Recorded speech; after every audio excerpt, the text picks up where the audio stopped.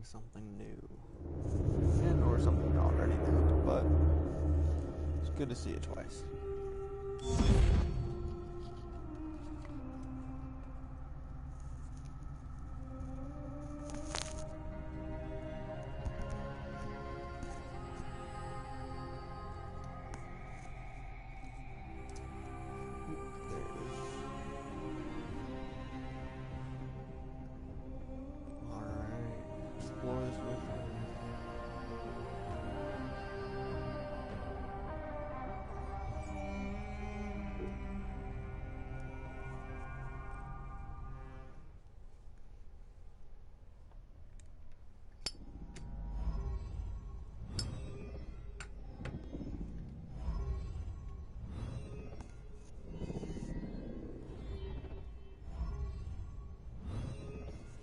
Oh dear.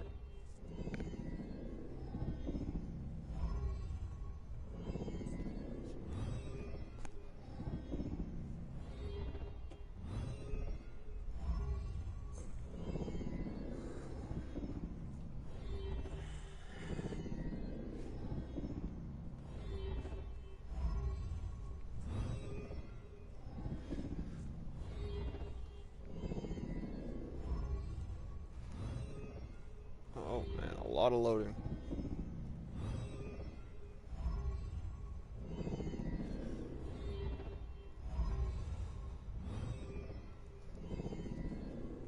There was a lot there. Alright, let's see what we're doing here.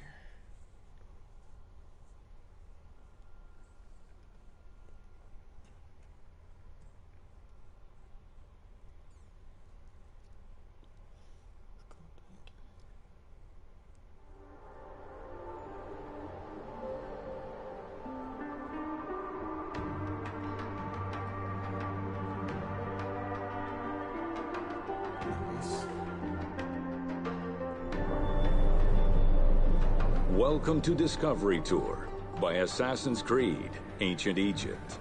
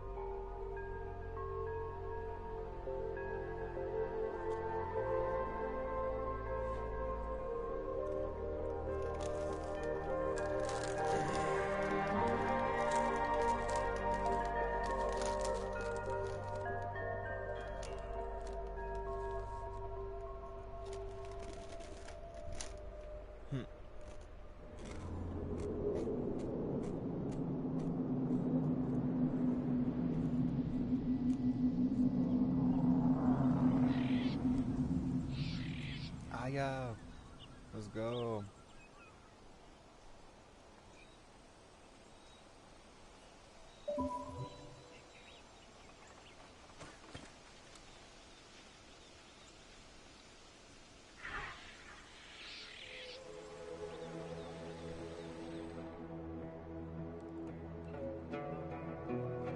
Planning of the city. Learn about the design and layout.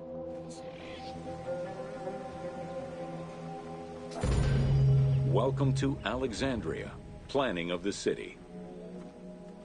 Alexander's plan to build his great city began with a verse from Homer's Odyssey.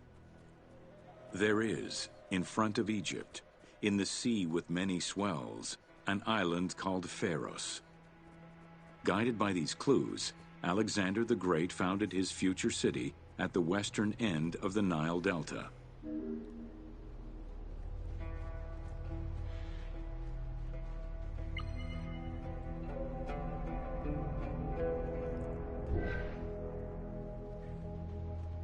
Can I take a picture from here?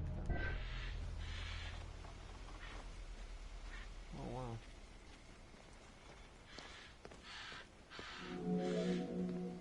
Though Alexander considered this location ideal for his great city, it presented considerable challenges. Too difficult to access during storms, The surrounding swamps threatened disease, and the limestone soil prevented the growth of healthy crops. However, due to the influence of his mentor Aristotle, Alexander the Great recognized that the true value was its strategic emplacement. Alexander knew that in controlling Pelusium to the east, Memphis to the south, and his crowning glory Alexandria to the west, he would create a triangular stronghold, allowing him to control the entire delta while giving him access to the Mediterranean. That's pretty smart.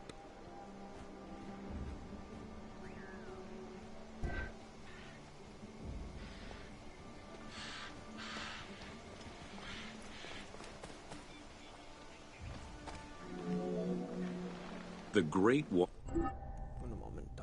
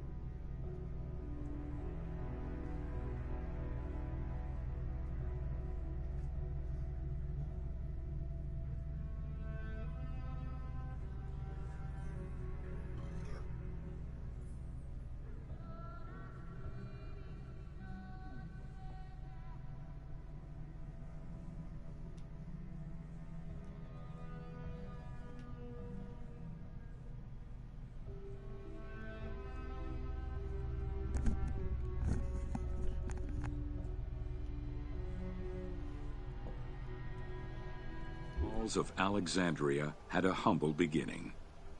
Lacking chalk to outline the future city's foundations, architects were forced to use flour instead. Clouds of migrating birds swept down and ate the flour, erasing the plans.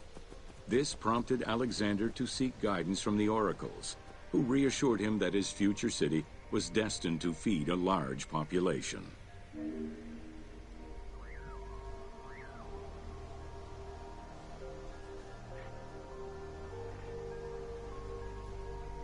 I mean, they weren't exactly wrong, were they?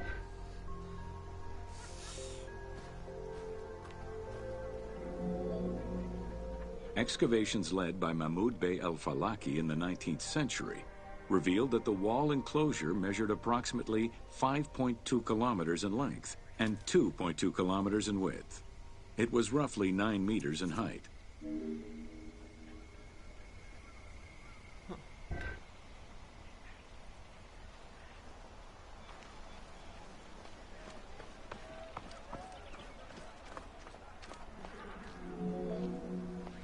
These formidable ancient walls would resist a number of attacks, including fending off the king of Syria in 169 BCE.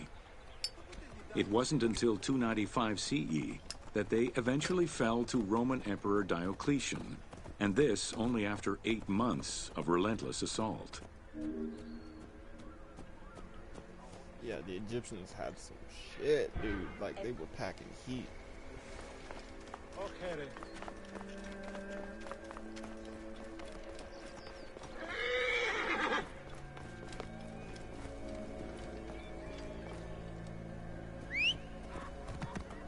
Oh, nice. Passport. Yeah! Whoa.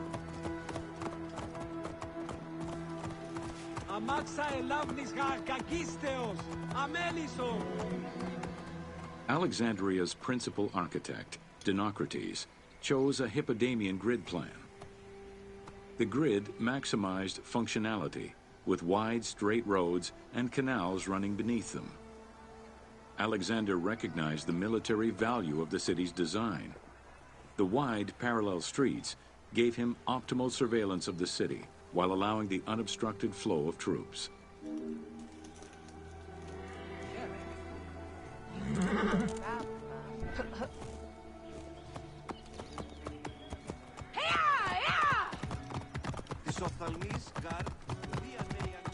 Whoa! A central corridor ran from the Mediterranean's north port down to Lake Mareotis to the south. This thoroughfare acted as an unobstructed link for commercial trade and travel between the two ports. Many of the streets were bordered with grand buildings and parks, including Canopic Street, with its impressive gate bordering the eastern end.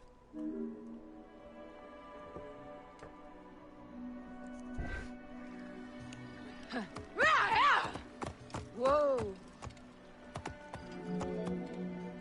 Alexandria was most likely built upon an already existing Egyptian village. Upon its completion, the Egyptians reviled the city, refusing to call it by its founder's name. Instead, they called it Raked, the building, as a mark of disdain, which was later Hellenized into Rakotis. Despite this, the name Alexandria would remain.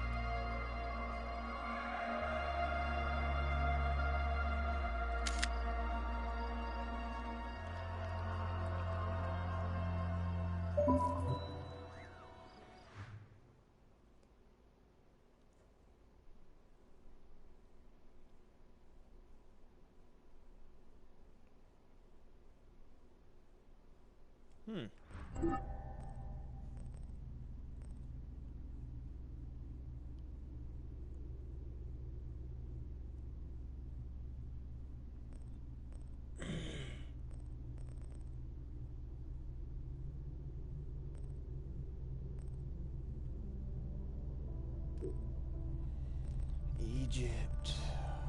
Well, it seems like they started us on Alexandria.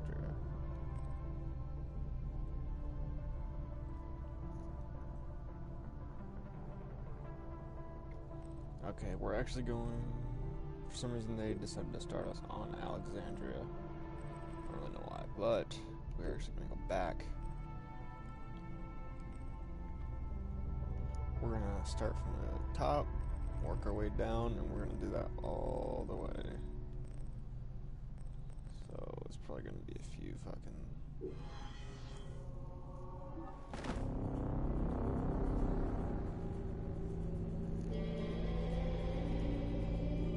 Probably going to be a few streams of this.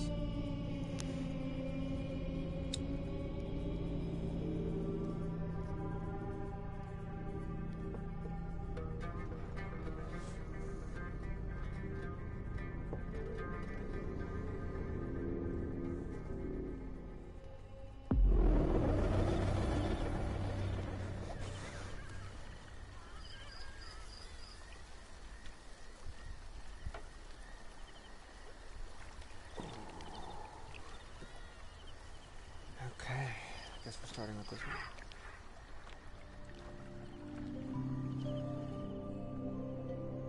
Learn about the major regions of Egypt. Estimated time, 2 minutes. Ain't too bad. Welcome to the major regions of Egypt.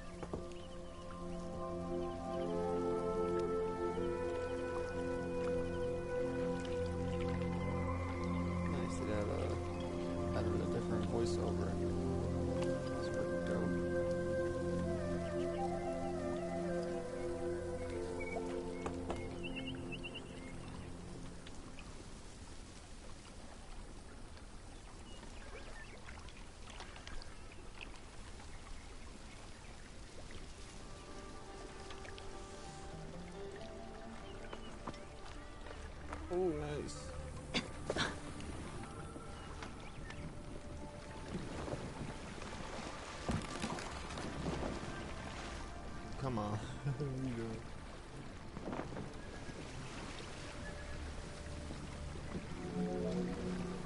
Life in ancient Egypt was concentrated along the shores of the Nile and divided into two regions.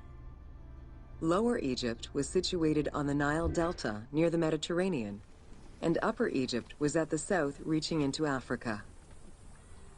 Due to its proximity to the Mediterranean, temperatures in Lower Egypt were less extreme than in Upper Egypt.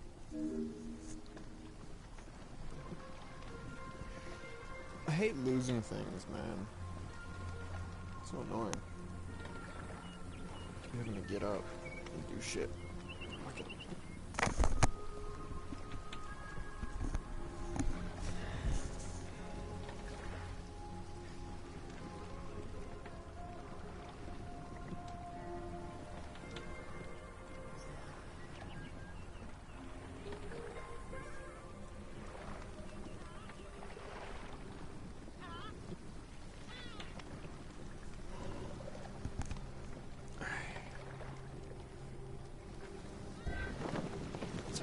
Movement.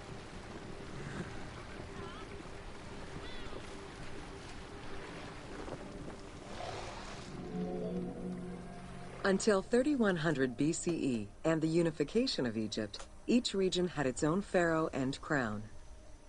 Lower Egypt's crown was red and marked with symbols of papyrus and bees. Upper Egypt's crown was white with symbols of lotus and sedge grass. Huh.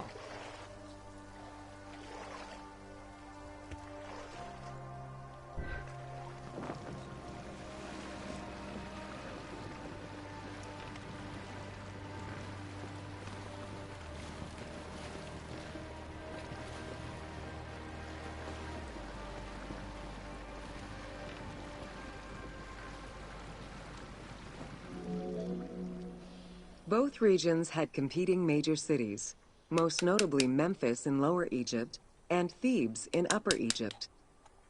There were different religious cults in both regions, each worshipping their own major gods.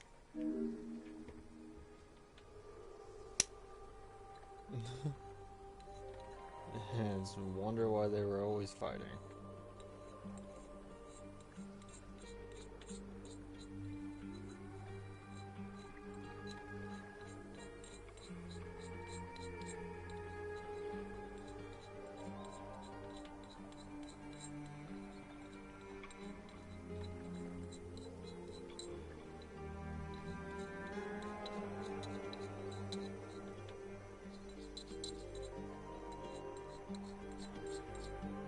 I need like a small flat knife.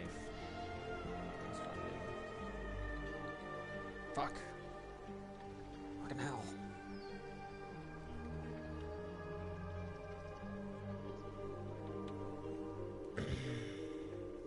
Ooh, never mind.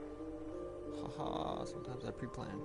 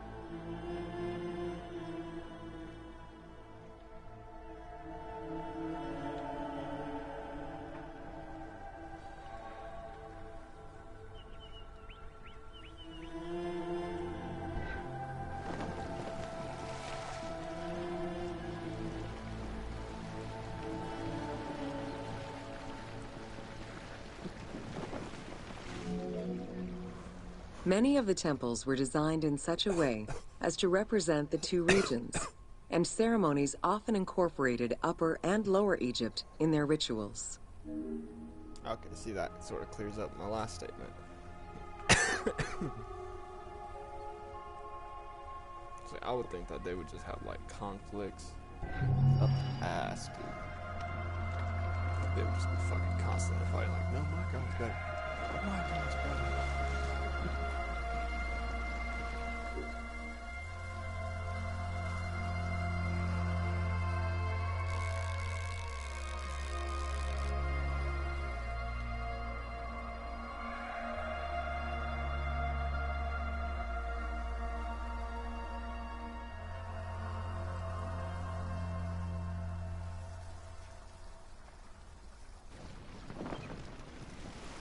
Next tour.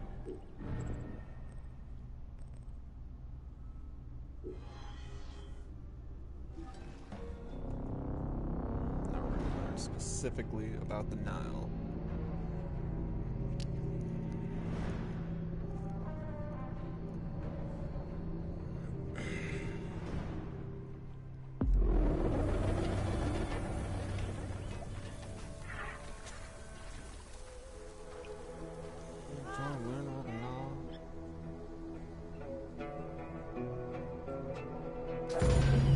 Welcome to Bringer of Life, the River Nile.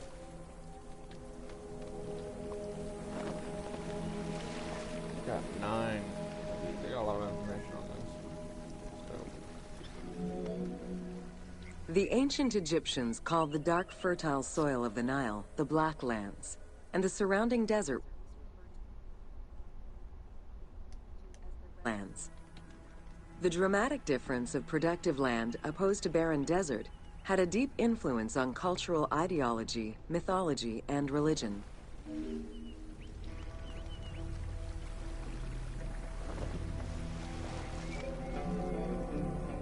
The ancient Egyptians called the dark fertile soil of the Nile the Black Lands, and the surrounding desert was referred to as the Red Lands. The dramatic difference of productive land opposed to barren desert had a deep influence on cultural ideology, mythology, and religion. I can imagine, dude. Look at that fucking difference. What is with these headphones? I hate wires. Sometimes that difference, though, it's like day and night. Holy shit. That is actually insane. That's cool.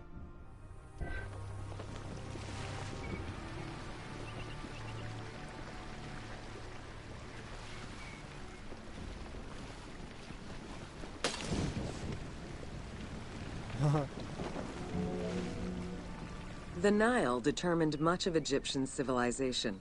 For example, the seasonal cycle of the Nile was so consistent that ancient Egyptians created their calendar around it. The flood season, or Akhet, was when the departing floodwaters left arable soil for crops. It was followed by the growing and harvesting seasons, known as Peret and Shemu. These regular seasons, along with abundant wildlife and rich soil, meant that Egypt's denizens were able to nourish themselves and ensure their country's strength in trade.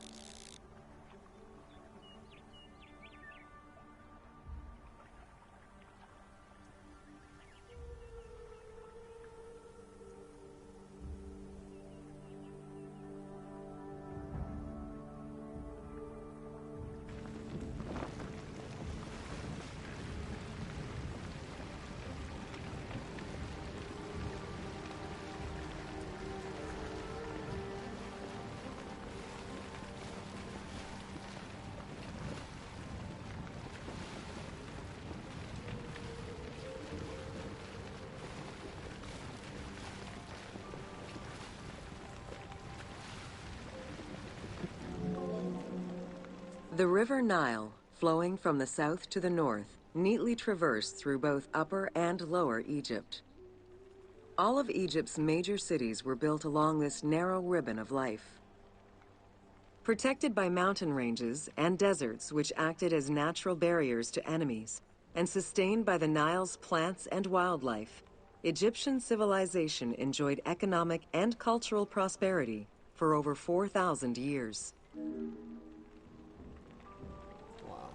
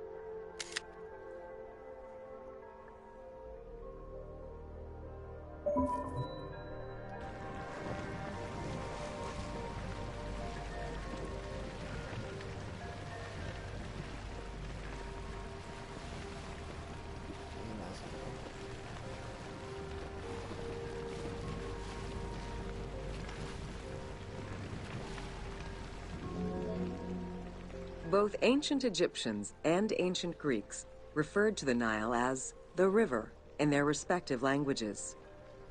Stretching a distance of over 6,700 kilometers, the Nile is one of the longest rivers in the world. It flows south to north, spanning 11 countries.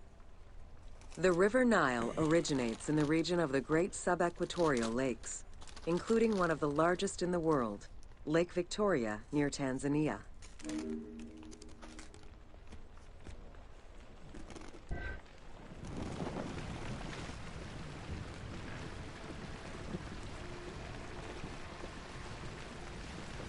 Pardon the crunching. Eating.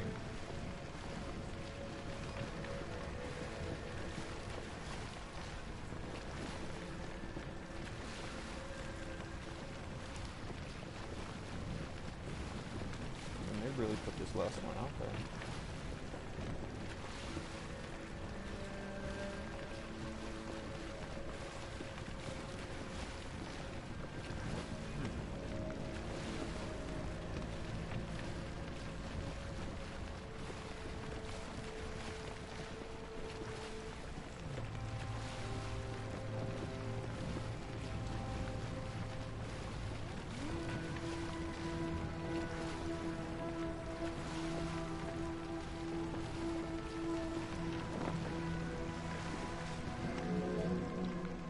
The river flows through African equatorial forests, swamps, volcanic lands, steppes, and deserts, splitting apart for a while and picking up various sediments from each region and carrying them all the way to Egypt.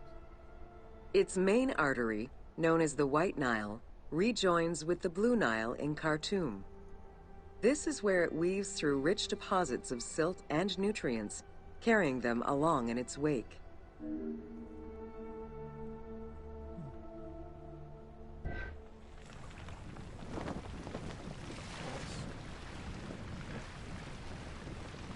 The Egyptians were freaking smart, man. Holy crap.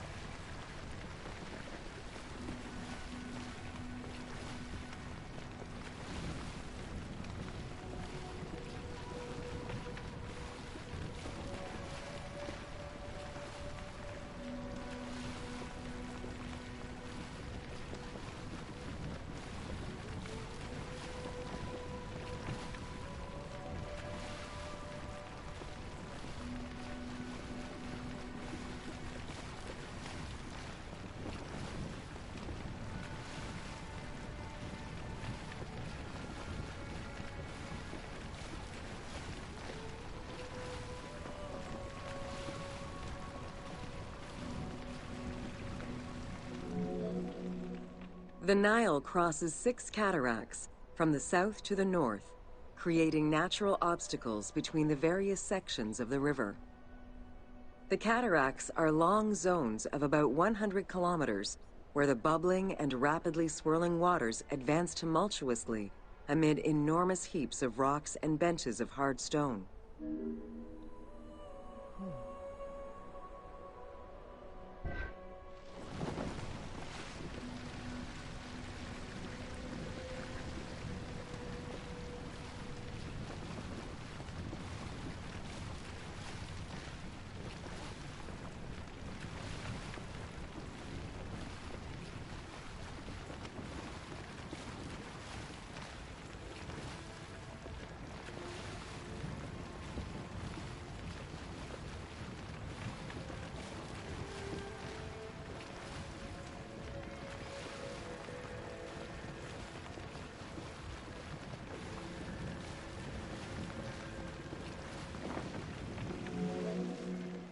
It is after crossing Nubia and the First Cataract that the river officially returns to Egypt in Aswan.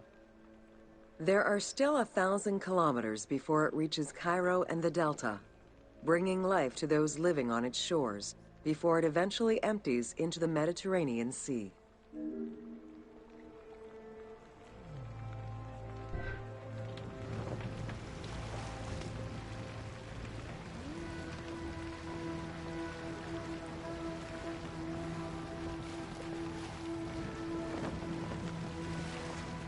Oh, excuse me, big buddy. Gotta get around here.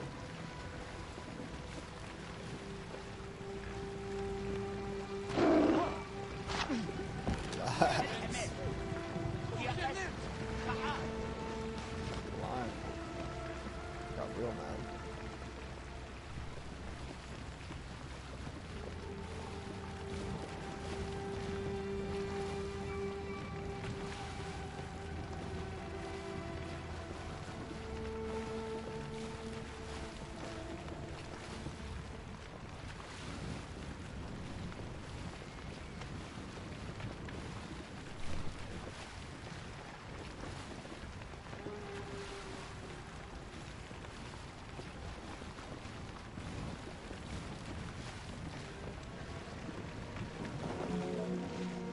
Ancient Egyptian irrigation and water use was centered around the Nile. However, they also had access to streams and rivers, as well as several large lakes. The Delta, situated at the north end of the Nile, also known as Lower Egypt, is a large irrigated area where the river splits into several tributaries.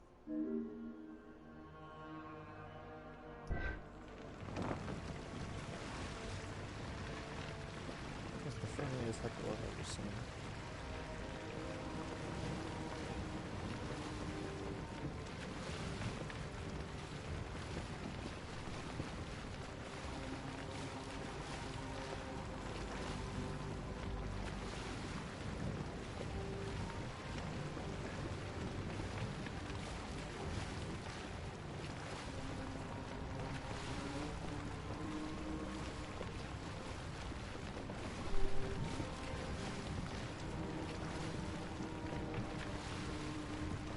They still have day and night cycles in it.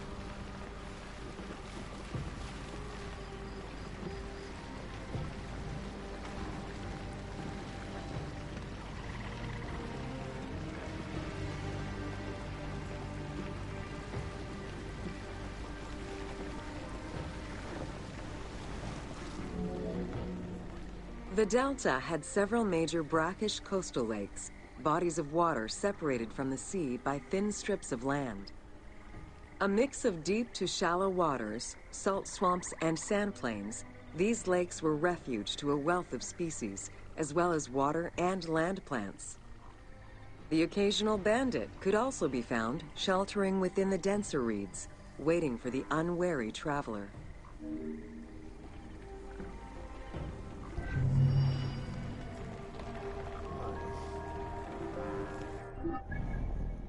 They really did their historical research. I like it. Deserts of Egypt. Let's get it. Just got a new message to me.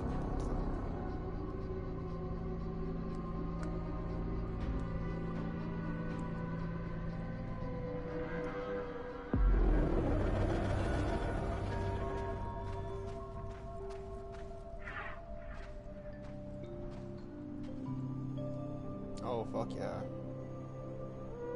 I was actually wondering about these. Welcome to Deserts of Egypt. She walks in the sand.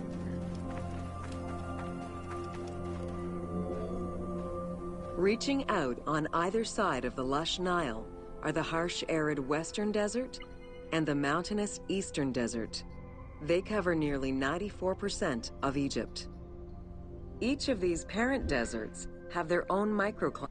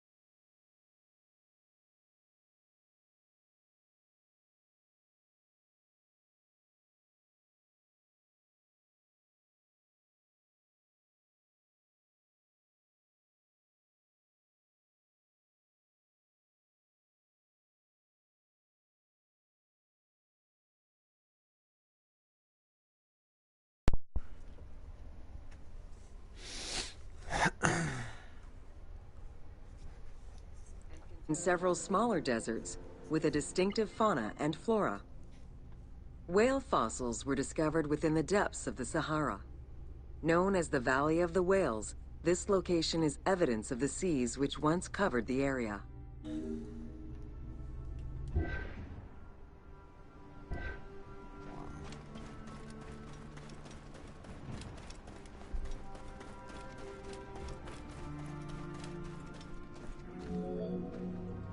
The White Desert in the northeast of the Sahara owes its name to its white limestone soil, contrasting with the yellow sand.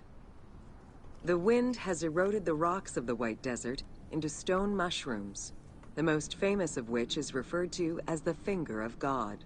I'm guessing that's the Finger of God.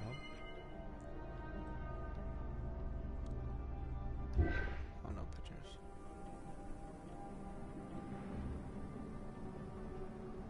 That one is crazy. Oh, never mind. It's just tripping. It's crazy. Of course.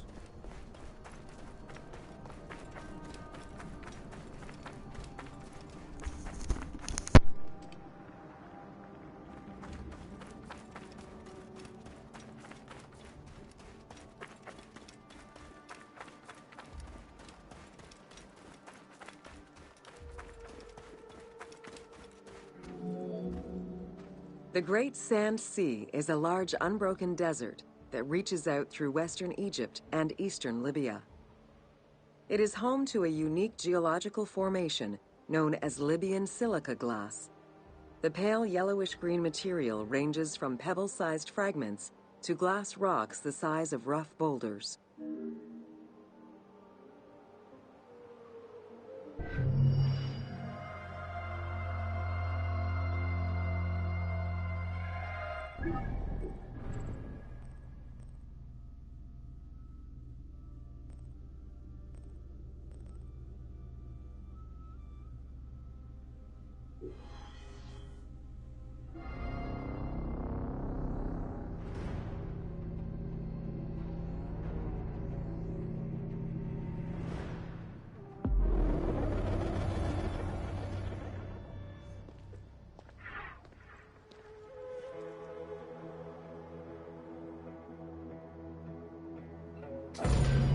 Welcome to the Qattara Depression. The Qattara Depression is located in the northwest part of Egypt. Reaching 18,000 square kilometers, the basin is 133 meters below sea level and covered with salt. It is the second lowest point in Africa, after the Afar Depression.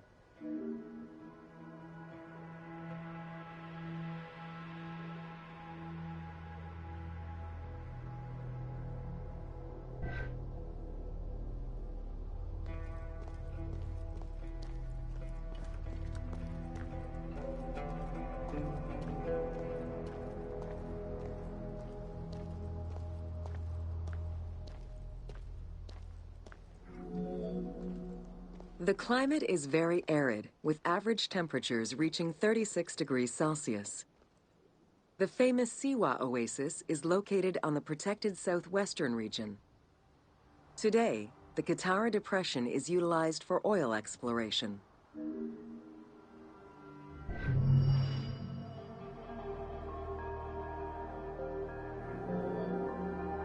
The climate is very arid, with average temperatures reaching 36 degrees Celsius.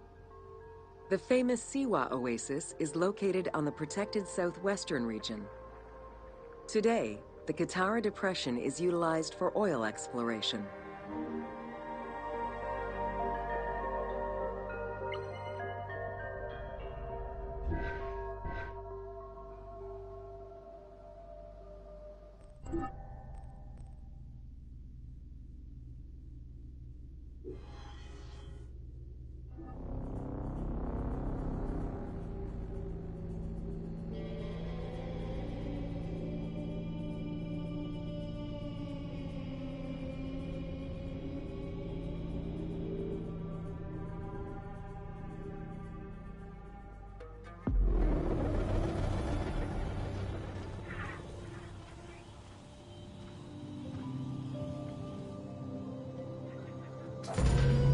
Welcome to Siwa.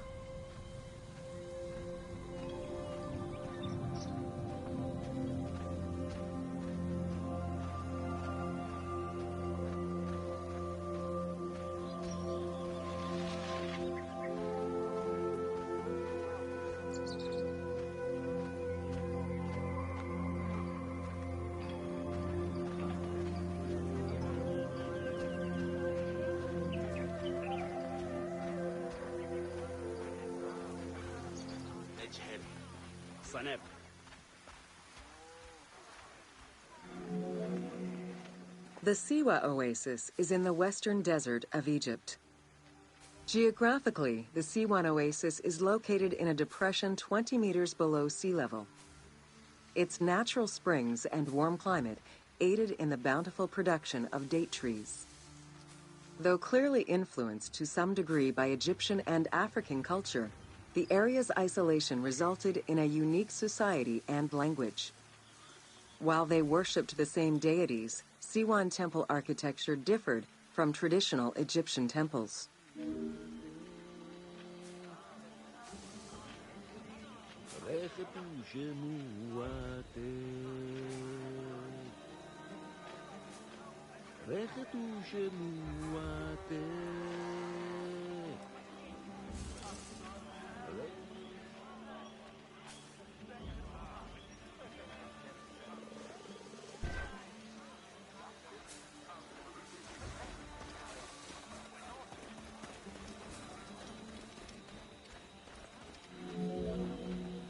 Old Kingdom Egyptians referred to the oasis as cauldron, due to its unique geographical structure.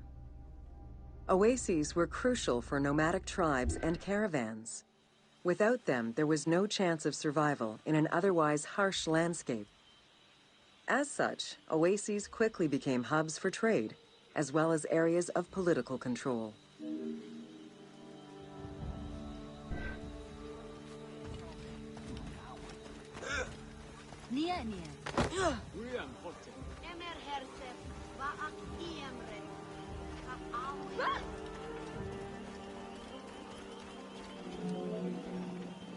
Because of the dry climate, there is very little rainfall to sustain the oases.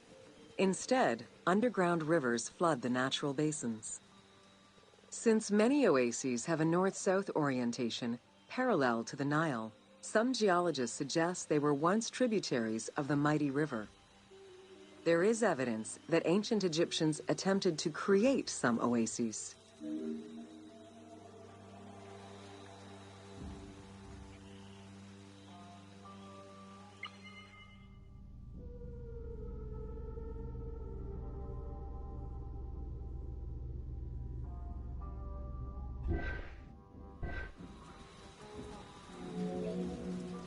Because of the dry climate, there is very little rainfall to sustain the oases.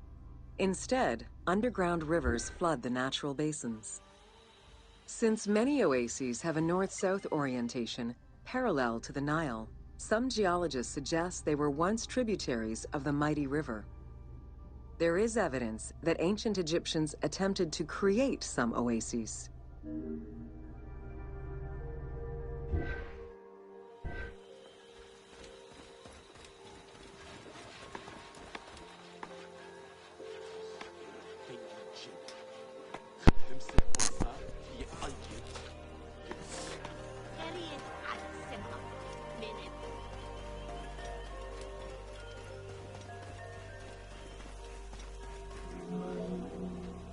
The Libyan oases are the best known, as they are geographically and culturally linked to the Nile Valley and the Delta.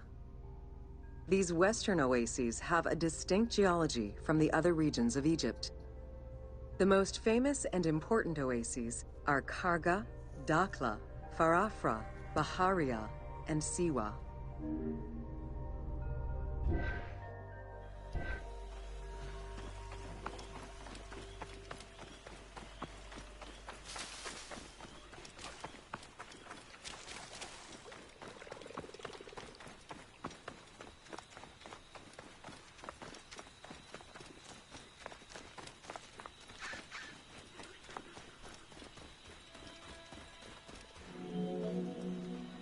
The Spring of the Sun is one of many thermal sources in Siwa, with the particularity that Cleopatra would have bathed in this one, giving it its name. The presence of the source beneath was attested already by Herodotus during the 5th century BCE, when the oasis was called Amuneion by the Greeks of Cyrene. Holy palm trees. Guess they couldn't make that many. Wow, this is like an actual thing when you're there. That's fucking gross.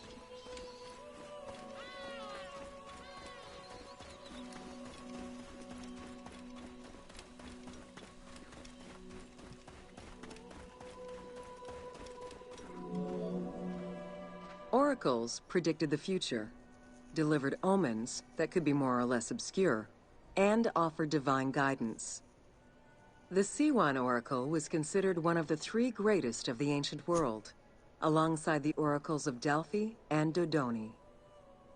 Because of the Greek colonies in Cyrenaica, the temple associated Zeus with the worship of Ammon.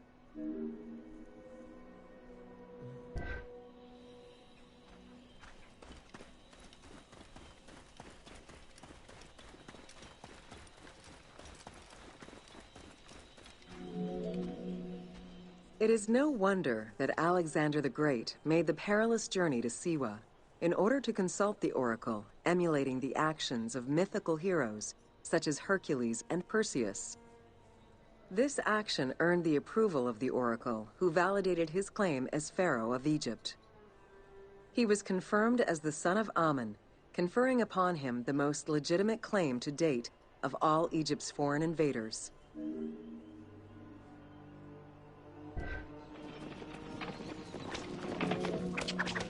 It is no wonder that Alexander the Great made the perilous journey to Siwa in order to consult the oracle, emulating the actions of mythical heroes such as Hercules and Perseus. This action earned the approval of the oracle, who validated his claim as Pharaoh of Egypt.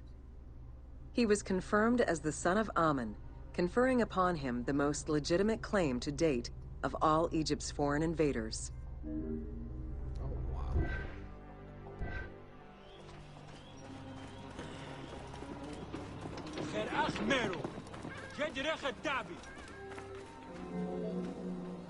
The powerful and the rich would send gifts or travel great distances in order to ensure their good fortune by gaining the blessing of the Oracle of Siwa.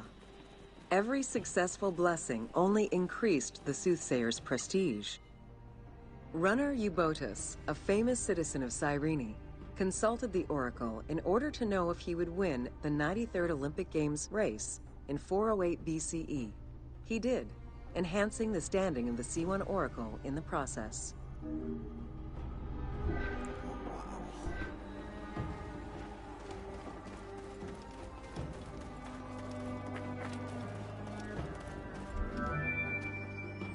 The Temple of the Oracle of Ammon was built in the 6th century BCE by Pharaoh Amasis.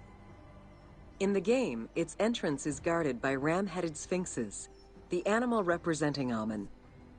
They were inspired by similar statuary located at the British Museum. Another option would have a Greek-influenced representation of Zeus Ammon, a human-headed sphinx with horns. This representation of Zeus Ammon was very popular in Siwa.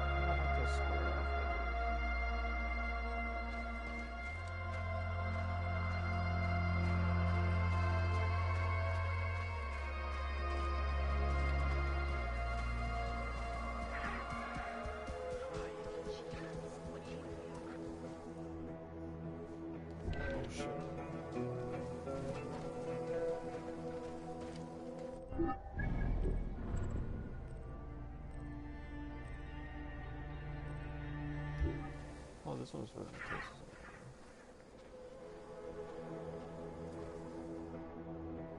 tastes. Welcome to Ancient Egyptian Hieroglyphs.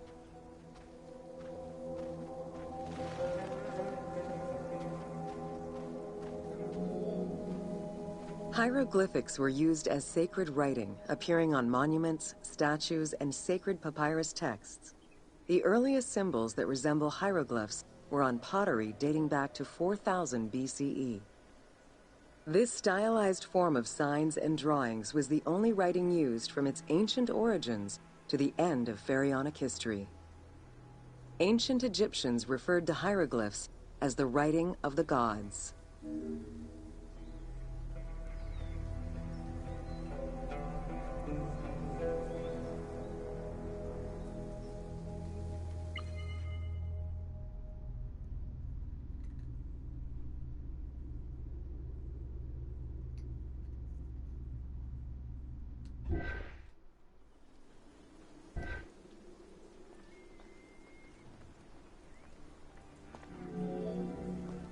Considered a difficult language, it was intended for pharaohs, nobility, and priests, and meant to be used in ceremonies, within tombs, and for government records. Since few Egyptians were able to read the ancient hieroglyphs, the mythological aura around the language was persistent, even in their own culture.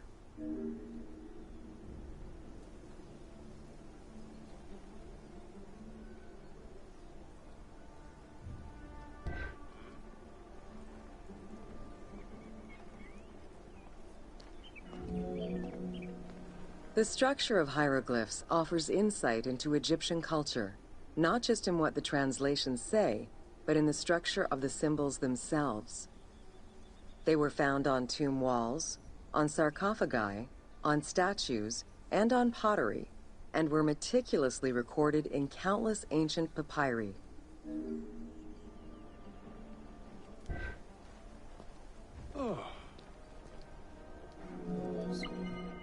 The structure of hieroglyphs offers insight into Egyptian culture, not just in what the translations say, but in the structure of the symbols themselves. They were found on tomb walls, on sarcophagi, on statues, and on pottery, and were meticulously recorded in countless ancient papyri.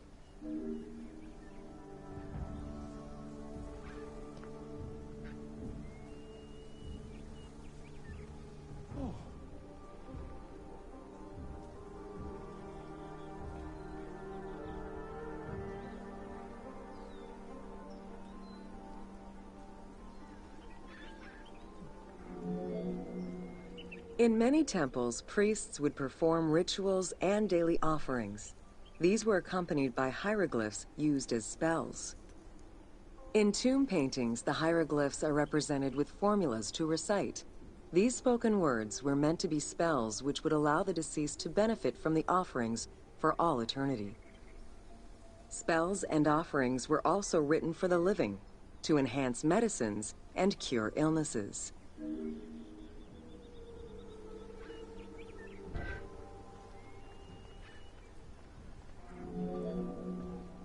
The most famous of ancient Egyptian documents is the Book of the Dead.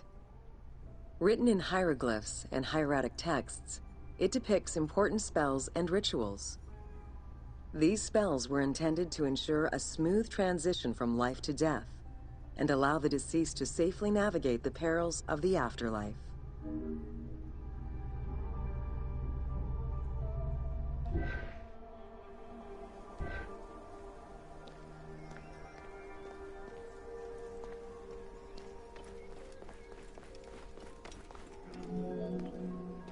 Even after it was deciphered, the reading of hieroglyphs remained difficult at times due to the many directions in which they can be read.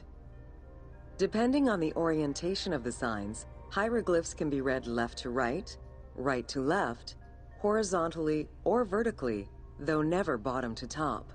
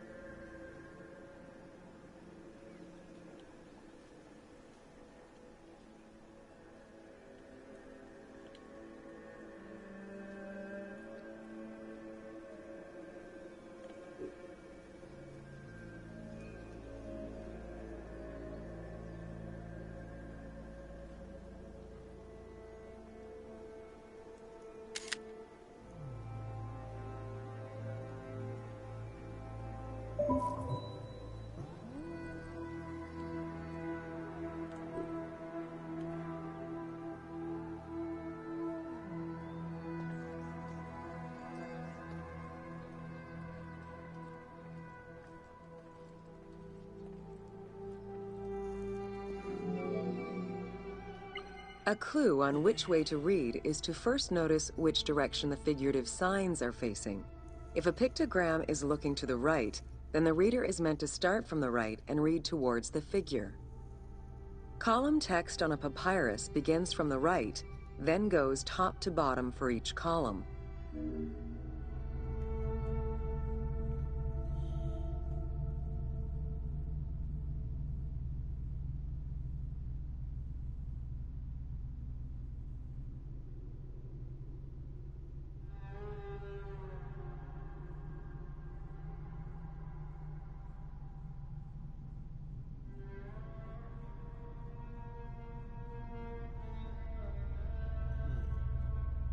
So you would read this just like that.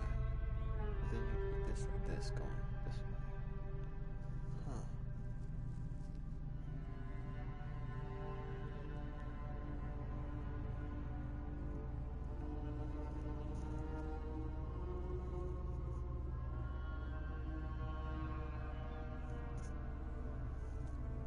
Let's talk about hunting.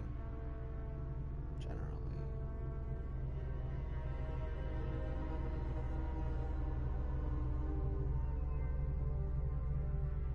It's like tools and man. It looks like he's like setting something up underneath it. Not underneath it, but basically representation like the rabbit trap. And then you snare it. And this is some sort of setup, I feel like.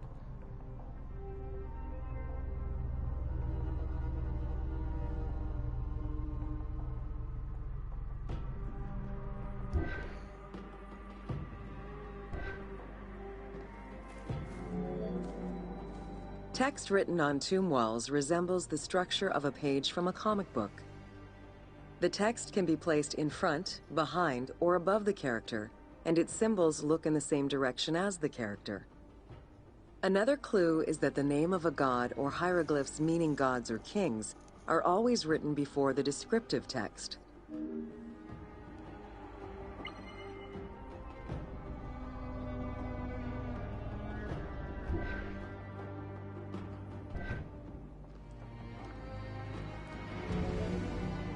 Text written on tomb walls resembles the structure of a page from a comic book.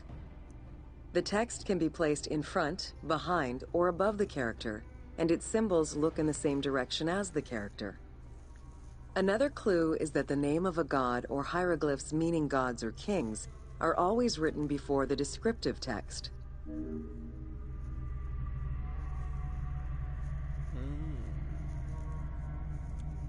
It's like the descriptive text and then the fucking.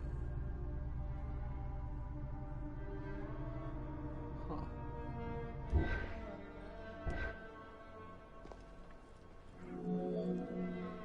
Compared to alphabetical languages, Egyptian hieroglyphs have more symbols. Confronted with the absence of vowels, the Egyptians invented a category of signs. When placed at the end of words, these signs help inform its meaning.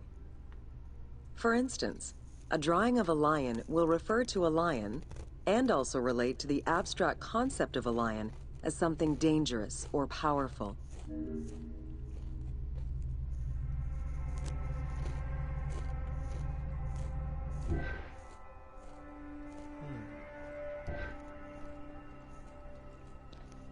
Their meanings were very literal. Middle Egyptian hieroglyphs contained a little more than 700 signs. By the end of the Greco-Roman period, there were 10,000 signs. Egyptologist Sir Alan Gardner created a list classifying common hieroglyphic signs and their variants. Yeah, if you're just fucking writing down shit you see every day, like there's gonna be a lot of it, dude. And they're just representations and meanings.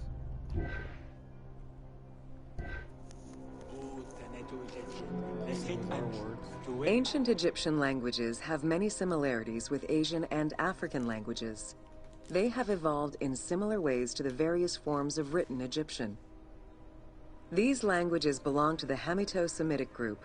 There were 5 clear evolutions in the Egyptian language, each with their own distinctive structure. These languages are known as Old Egyptian, Middle Egyptian, Late Egyptian, Demotic, and Coptic. Coptic is the only living language that allows linguists to define the vowel structure and to distinguish different dialects.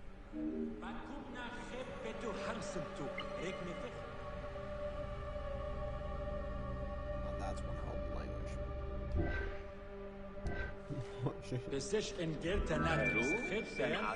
While hieroglyphs and hieratic script give us an idea as to how the ancient Egyptian language was structured and written, the way it was spoken is still up for debate. The team opted for English as the spoken language, with the characters using ancient Egyptian and Greek words and accents. The language that is spoken in the background by the crowds is largely based on Sir Alan Gardner's Egyptian grammar. To help resurrect a dead language, we consulted Egyptologists and dialogue coaches to establish our target sound, and cast actors with Arabic, Hebraic, and African backgrounds to bring the game to life.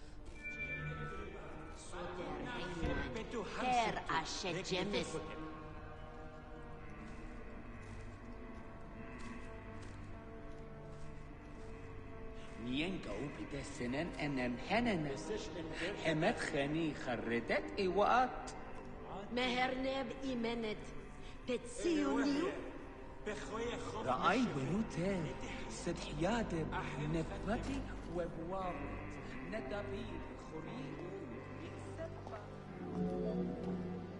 After Alexander the Great's arrival in Egypt and the establishment of his reign, Greek became the language used by the governing bodies. The inability to read hieroglyphs caused resentment among the Greek population. It's from this tension that the Rosetta Stone was created.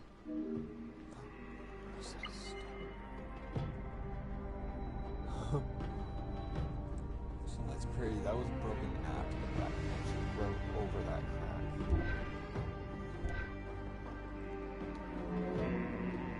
crap. After Alexander the Great's arrival in Egypt and the establishment of his reign, Greek became the language used by the governing bodies.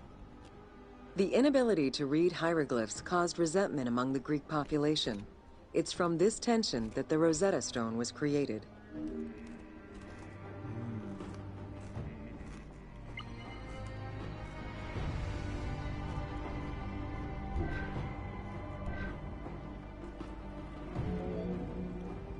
The spread of Christianity ended pharaonic culture and resulted in the destruction of its pagan monuments.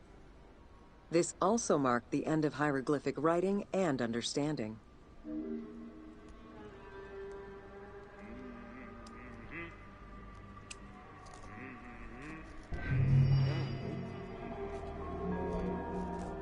The spread of Christianity ended pharaonic culture and resulted in the destruction of its pagan monuments. This also marked the end of hieroglyphic writing and understanding. That's very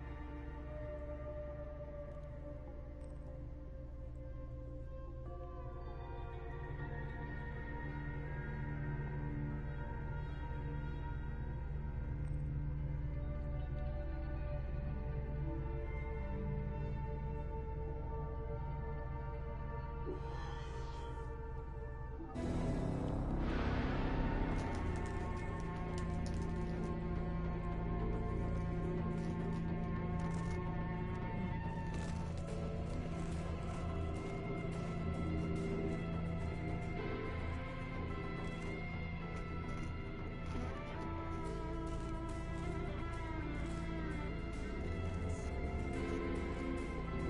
Doing a little bit of cherry picking.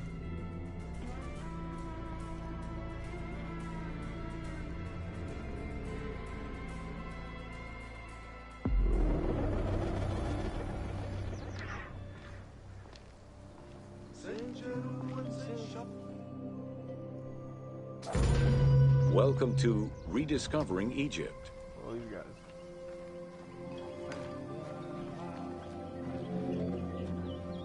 In the 19th century, The increased intensity of tourism and excavations, as well as the outflow of antiquities to other countries, threatened Egypt's archaeological heritage. Egyptians took part in this destruction by ransacking sites for artifacts to sell, quarrying stones from ancient monuments, and removing sebak, ancient mud bricks, to reuse for their own purposes.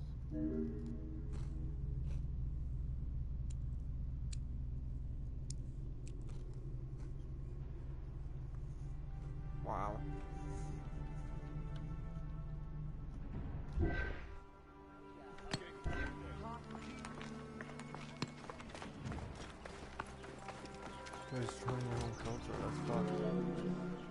A major step in conserving Egypt's heritage was taken in 1858, when the Viceroy of Egypt created the Antiquities Service. Supported by a team of foreign scholars, Auguste Mariette exerted an iron grip on the service.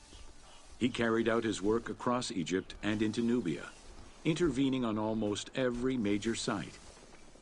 Aware of the necessity of keeping unearthed artifacts in Egypt, Mariette requested a museum be created for that purpose in 1858. This museum was the ancestor of the Egyptian Museum.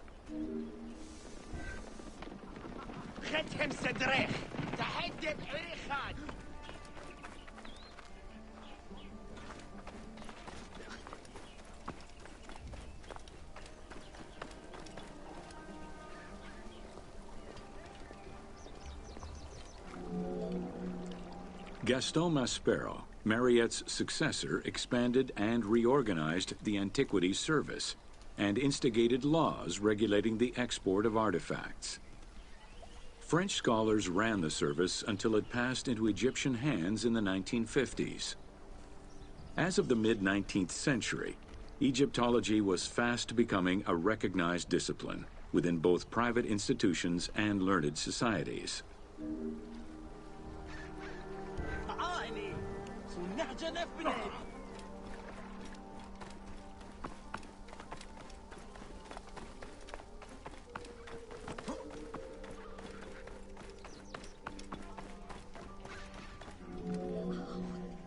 A French architect, archaeologist, and former researcher, Jean-Claude Golvin, now specializes in the artistic reconstruction of ancient cities and monuments.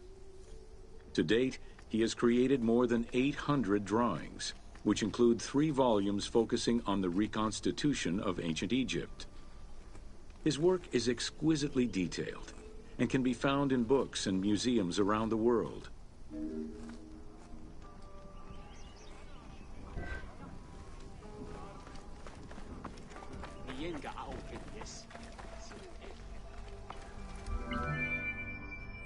The team was thrilled to collaborate with Jean-Claude Golvin in order to recreate Egypt for the game. In the 19 exclusive watercolors he created for the team, Golvin used scientific data as the base and then extrapolated to provide a full interpretation of various locations and monuments in ancient Egypt. Both early sketches and fully rendered images were then used by the team as references while building the world of Assassin's Creed Origins. That is crazy. I want to hear that one more time.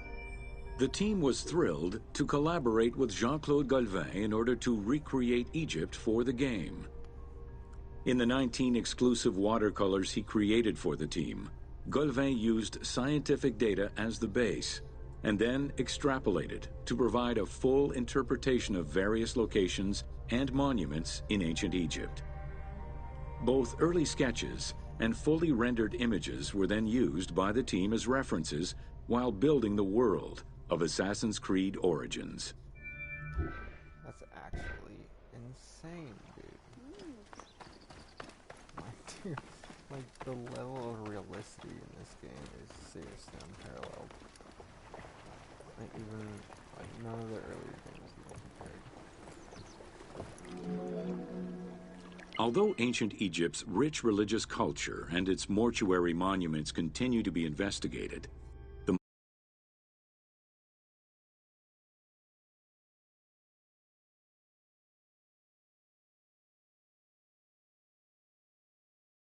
modern discipline of Egyptology has shifted focus. Rather than single-mindedly retrieving impressive artifacts, Egyptologists today focus instead on increasing the body of knowledge. In the past, excavations took place in the field, and while that is still the case today, much of the work on Egyptology now takes place in libraries and archives.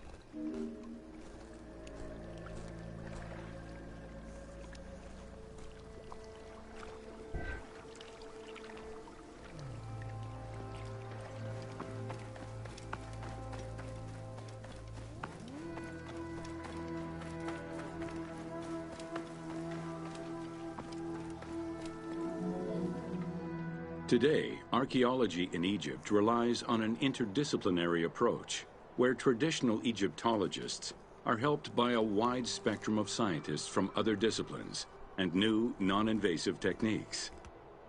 GPS data, satellite imaging, and ground-penetrating radar allow archaeologists to gain a sense of what lies underneath the ground before excavating.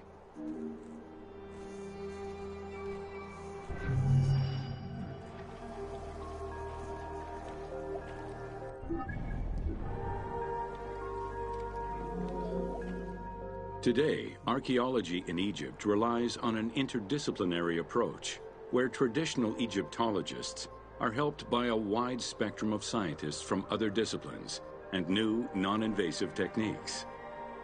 GPS data, satellite imaging, and ground-penetrating radar allow archaeologists to gain a sense of what lies underneath the ground before excavating.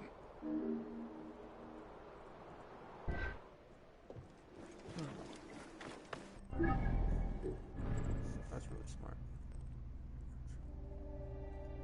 Natron? I'm interested.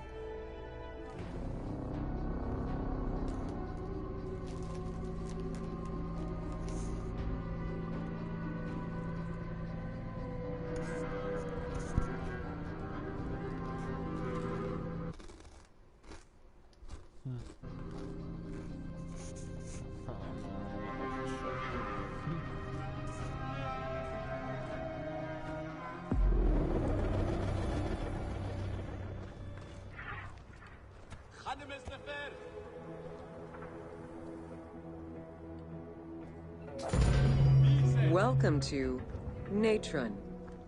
Natron is a colorless salt that was used by ancient Egyptians for food preservation, cleansing products, and glass making. It was also used in the mummification process.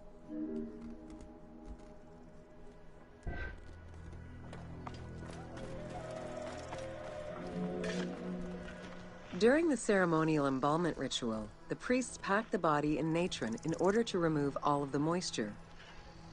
Once the body was thoroughly desiccated, they could begin the wrapping.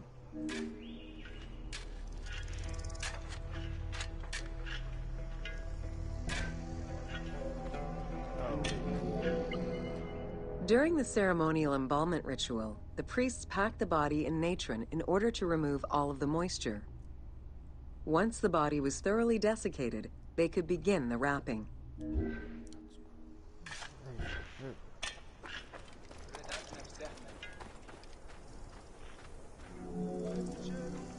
Natron was mined in Wadi Natron.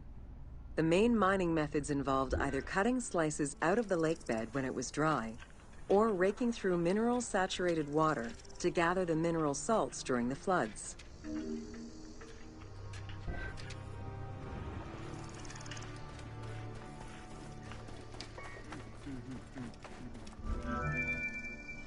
Both techniques are still used today and inspired the team in their recreation of the mines located in the mountains northwest of Memphis.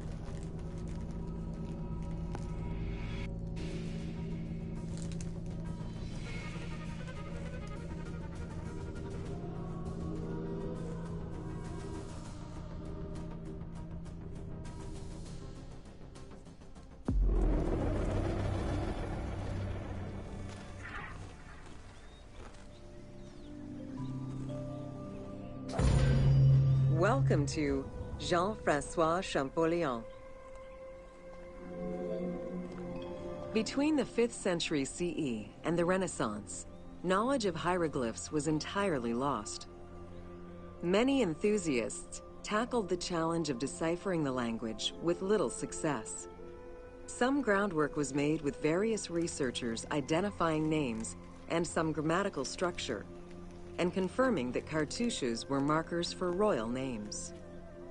They were still missing a critical piece of information that would eventually be revealed thanks to the discovery of the Rosetta Stone.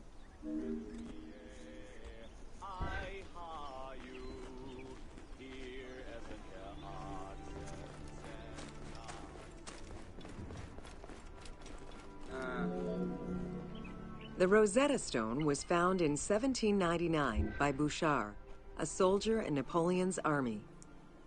The stela dates from 196 BCE, written in ancient Egyptian and Greek with 3 scripts: hieroglyphics, Demotic, and Greek alphabet. Following the defeat of Napoleon Bonaparte in 1801, the English took possession of the stone. It has been at the British Museum since 1802 and remains the most visited object of the museum to date.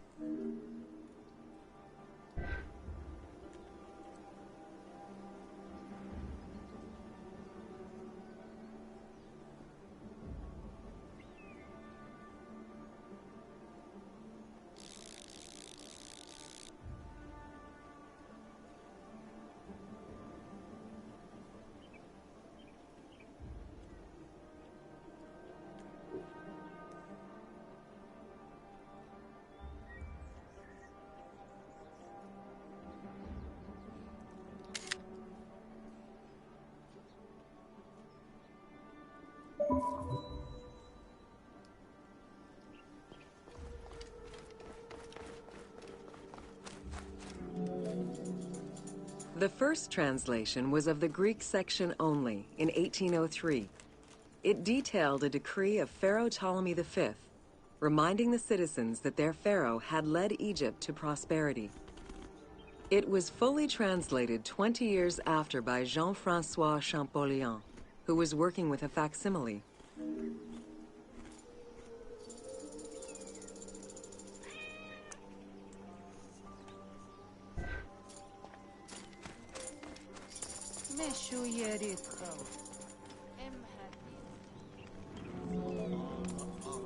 Through his studies of the stone, Champollion was able to make a critical observation that would unlock the whole mystery: that hieroglyphics were not only ideograms, but also phonograms. Hieroglyphs consist of phonetic glyphs, single characters, and logograms.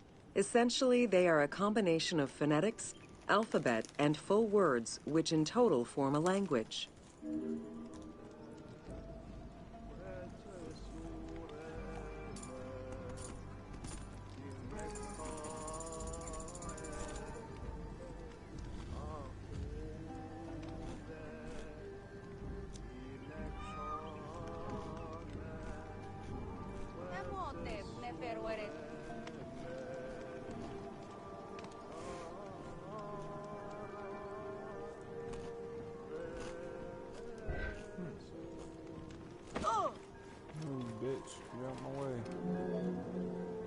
While studying the stone, Champollion realized that there was a difference in the number of hieroglyphic characters in relation to the number of Greek characters for the same word.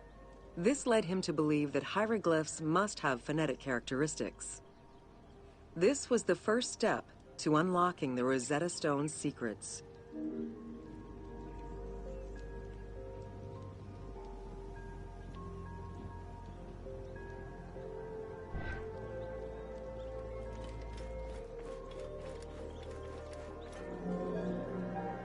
To prove this theory, Champollion began identifying Egyptian rulers' names and then compared their phonetic pronunciation to the Greek version.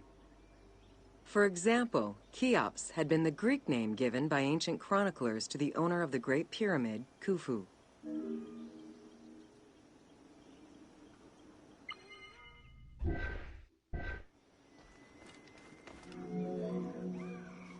The next step for Champollion was to confirm that his approach was verifiable by using the Philae obelisk as an additional reference. Engraved in the obelisk are two inscriptions in Egyptian hieroglyphs and Greek. Once he confirmed the names of Ptolemy and Cleopatra within these texts and confirmed the same phonetic patterns as on the Rosetta Stone, Champollion knew he was on the right track.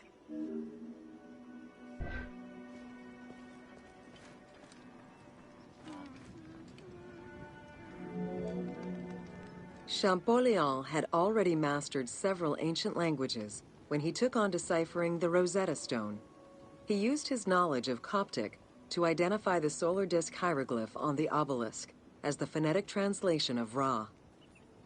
Further translation only strengthened his conclusion. Egyptian hieroglyphs encompass the alphabet in both phonetics and determinative ways, which means that the symbol represents the word itself.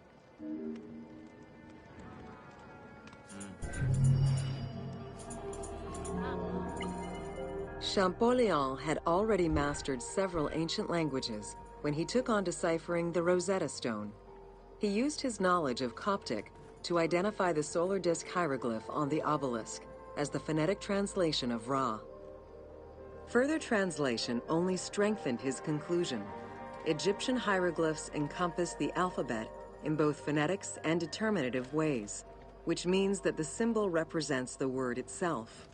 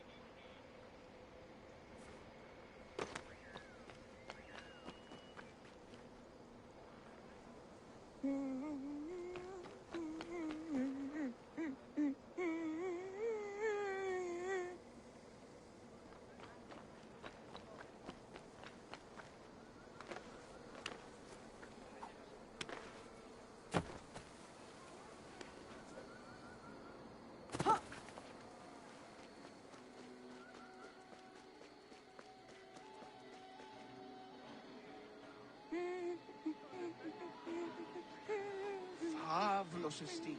Εντοκίν εσκήνιες. Από του οίκου του κλαθμούς δε οίκουσον θέλει.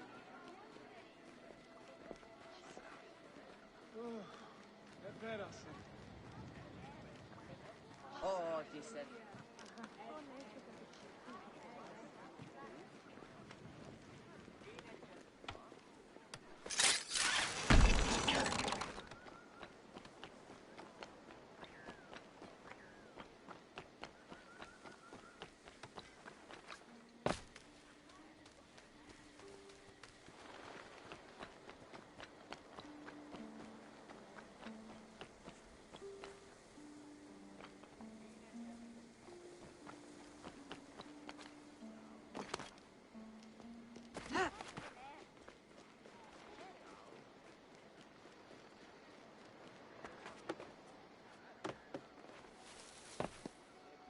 Γεγίδισον, εφραίνεστε, στρατηγέου γαρσίζυχος τριαδήμων τίκτη.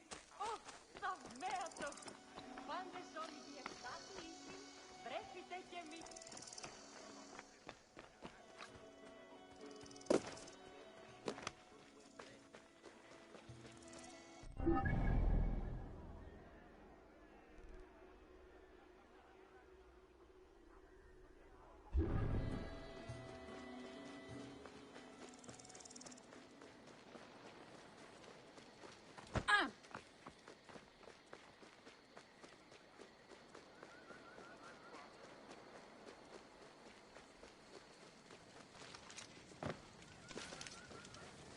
Κουπονίν.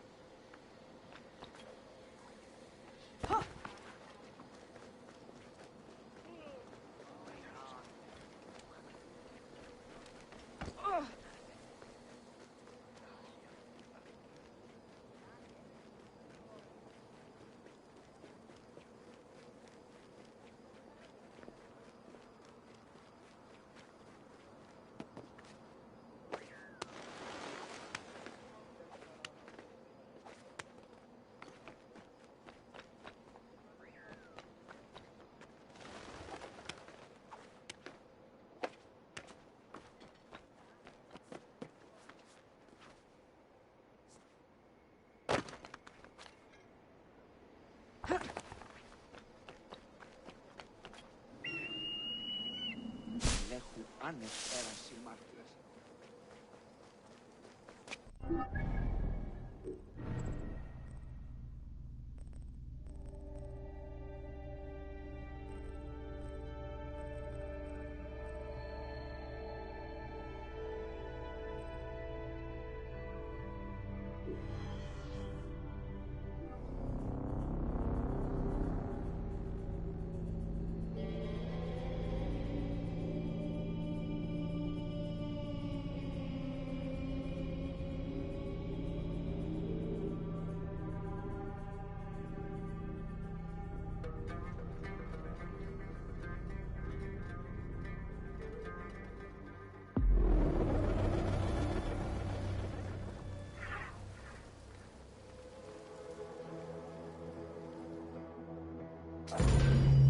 Welcome to the Temple of Zeus in Cyrene. Facing east towards the rising sun stands the temple dedicated to the cult of Zeus. It was built sometime in the 5th century BCE. 70 meters long with 46 Doric-style columns, the imposing structure was the largest Greek temple erected in Africa. It was only slightly larger than the Parthenon and the Temple of Zeus in Olympia.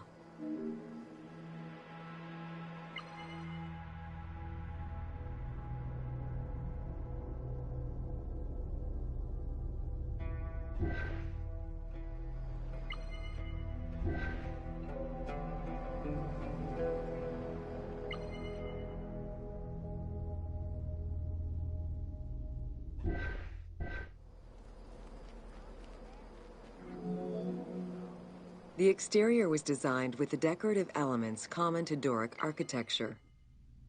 The dimensions of the columns were different, giving visitors an impression of uniqueness when viewing each facade.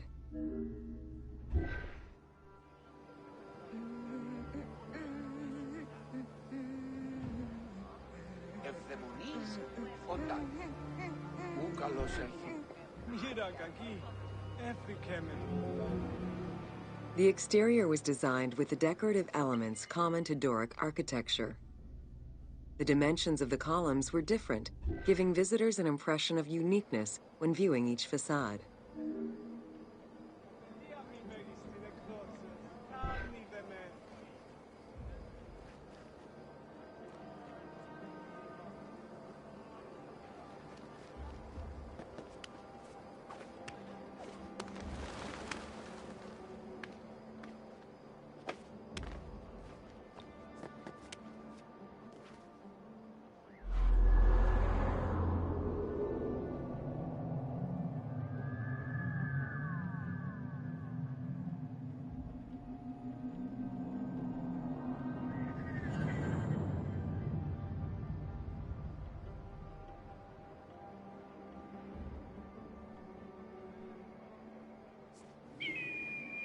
Ευχαριστώ τον Θεό.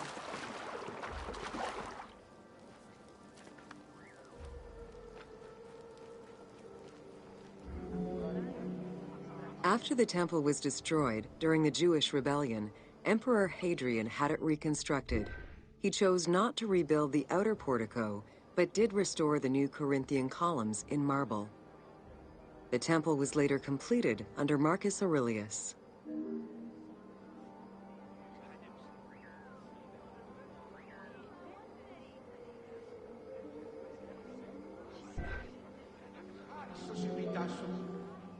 In the time of Augustus, a faithful but smaller imitation of the Olympian Zeus was used to be worshipped.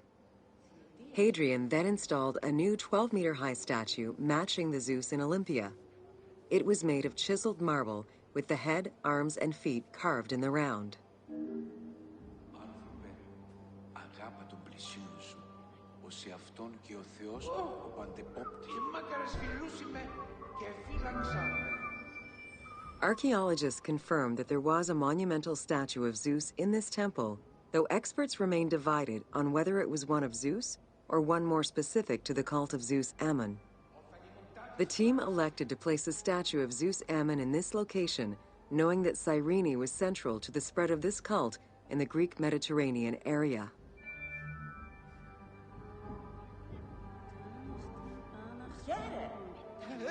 Τι, τούτο θαύμασαν καλώς.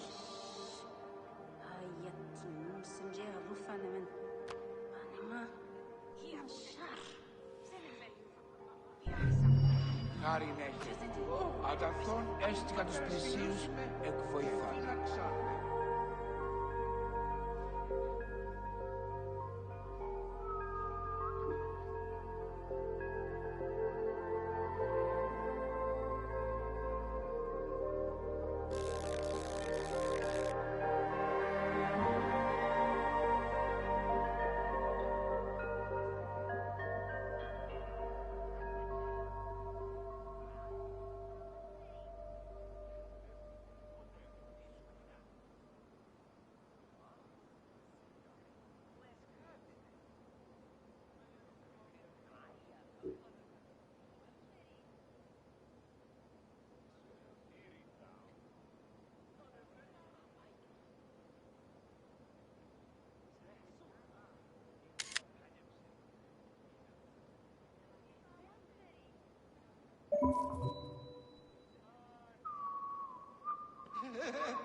Πάντα έβησαν καλώς. Θνητείες μεν, αλήθεια.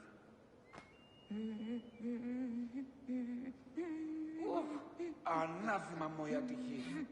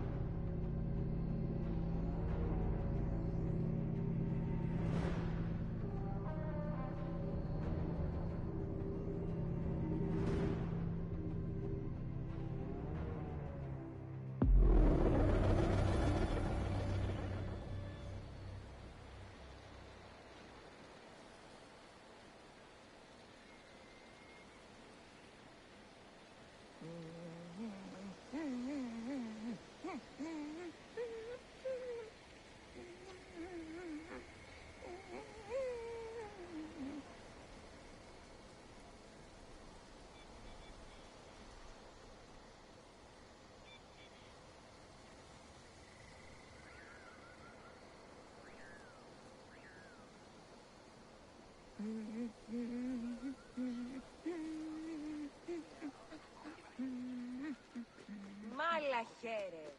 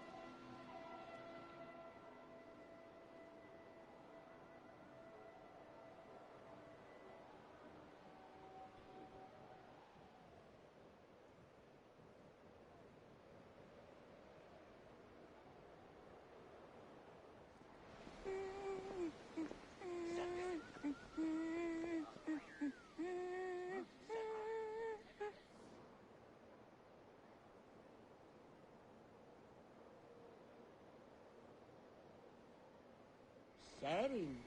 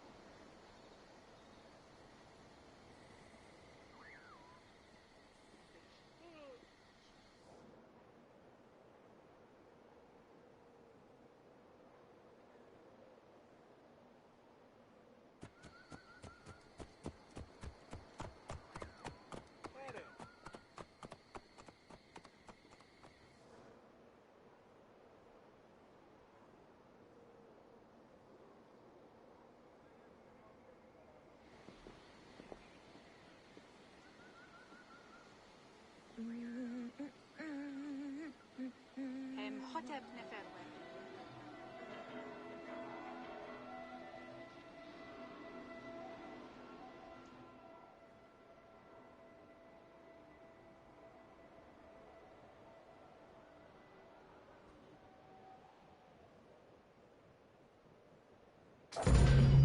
Welcome to the Gladiator Arena. Τι πράττεις? Είναι καχέτ. Ας ύστερα. While gladiators would not perform in Cyrene until later in the Roman era, the team decided to include a gladiatorial arena for two reasons. First, they believed it was important to portray this aspect of Roman life. And second, they felt it would add interesting gameplay possibilities.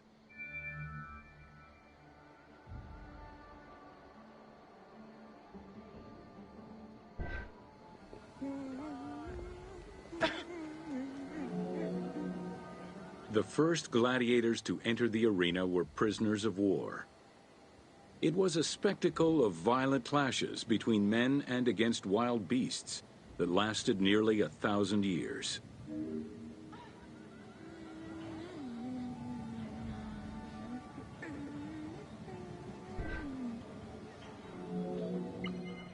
The first gladiators to enter the arena were prisoners of war.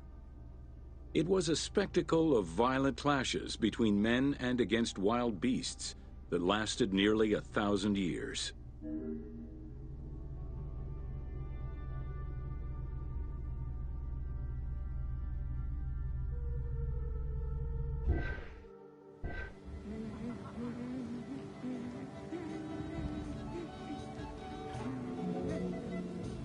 Eventually, volunteers began to enter the ring.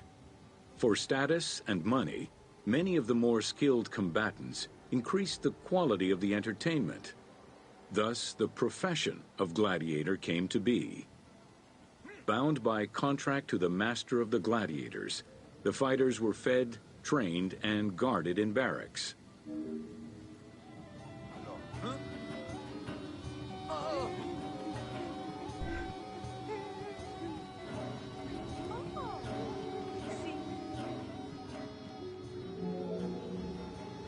Gladiators were separated into heavy and light armored fighters, each with their own set of specific armor and weapons.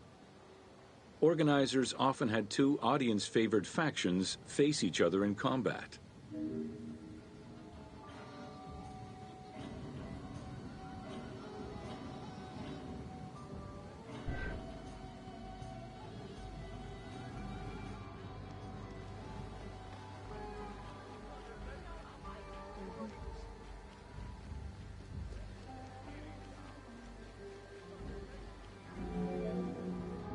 The events were highly organized. Fights were held with a background of music and supervised by a referee. Death, either in the course of combat or by decision, was not always the only way out for the loser. Several were released due to their performance and gained great notoriety as celebrities.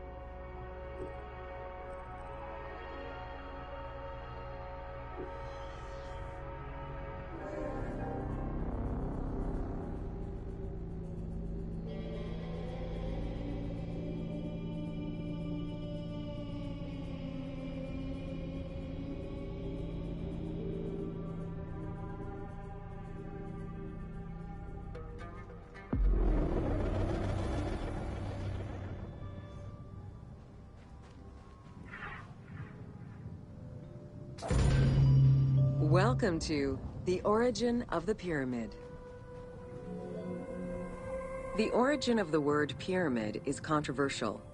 Most believe that it originates with the Greek word pyramis, which referred to a bread of conical shape. Life and death in ancient Egypt were modeled on the cycle of the sun.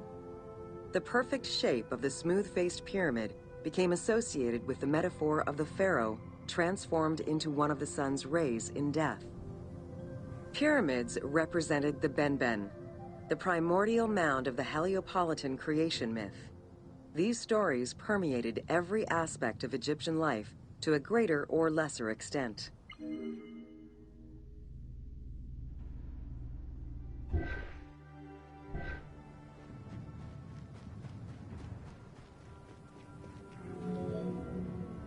During the pre-dynastic period, the development of funerary practices was different depending on whether one was located in Lower Egypt or Upper Egypt. Well before the pyramid, there was the burial pits. It is on the site of Merimde Beni Salameh in Lower Egypt that we find the oldest funerary site, dating back to 5000 BCE. Study of the tombs revealed that the bodies of the deceased were deposited in a shallow grave in a fetal position. Though a few objects were recovered from these graves, they offered no insight as to the social class of those interred within.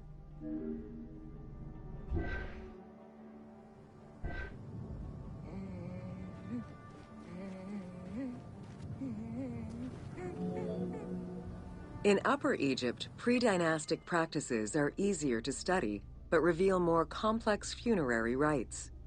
They are divided into two cultural phases, Badarian and Nagada. The Badarian phase ranged from 4400 BCE to 3800 BCE. Small necropolises were discovered on the outskirts of villages, revealing the emergence of a funerary cult. The bodies of the deceased were lowered into an oval grave and covered with goat or gazelle skins. Items needed in everyday life were added alongside the body.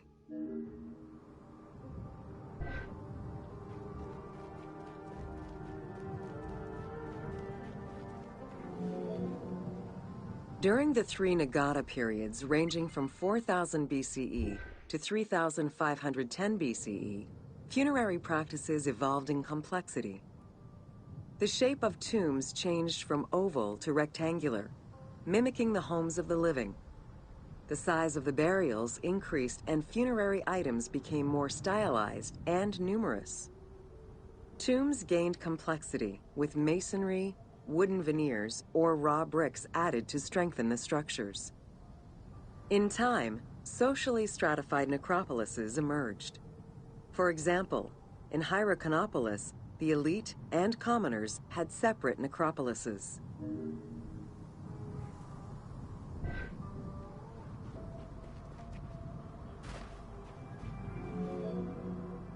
The term mastaba, meaning massive bench in dialectal Arabic, refers to a form of funerary architecture that was present in Egypt from the Archaic period to the Middle Kingdom.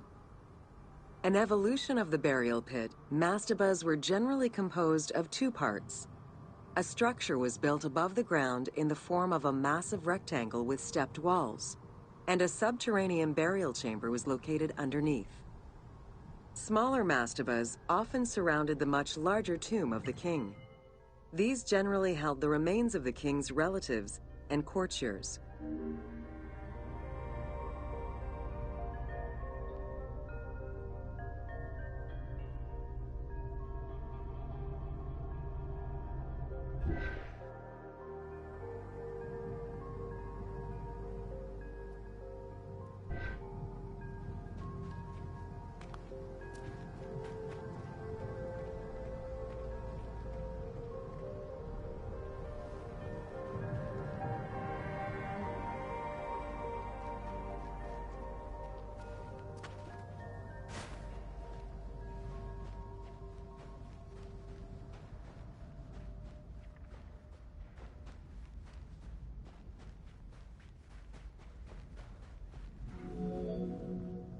The arrangement of the substructure of the mastaba evolved during the course of the Old Kingdom. From the 5th dynasty onwards, mastabas often featured multi-roomed substructures, with sometimes up to 30 rooms.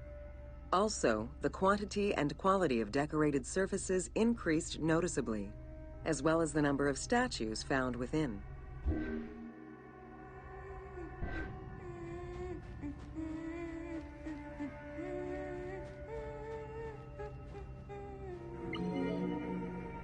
The 6th dynasty would see art used to its utmost. The entire surface of a mastaba would be covered in scenes of daily life, illustrating the prosperity of those lucky enough to comfortably spend eternity near the pyramid of a pharaoh. The best example of this type of mastaba is the tomb of Mereruka in Saqqara.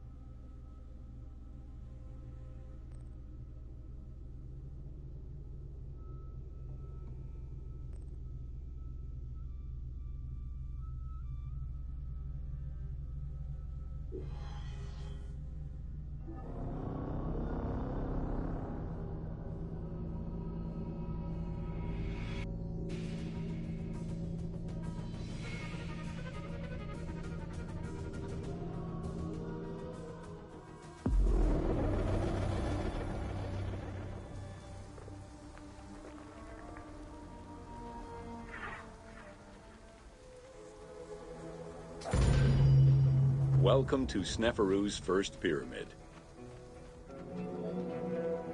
With the long reign of Sneferu, the first king of the 4th dynasty, the most brilliant and creative period began for the construction of funerary monuments in Egypt. Funerary monument design moved from the step pyramid to the smooth-faced pyramid, testament to the evolution of the practices of construction. The first attempt at this design was the Pyramid of Meidum.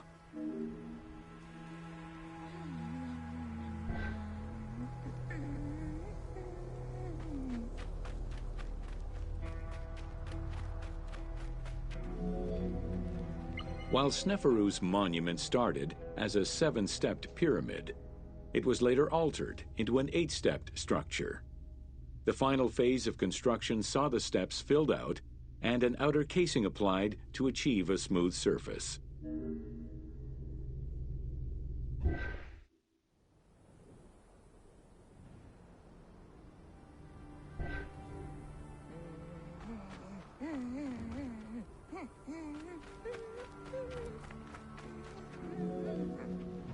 The smooth dressing of the walls did not provide sufficient bonding, however, and the outer casing did not rest on sound foundations.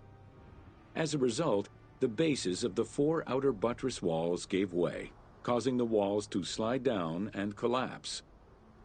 While the Meidum Pyramid was abandoned due to design flaws, it showcased other innovations that would impact all future pyramid designs.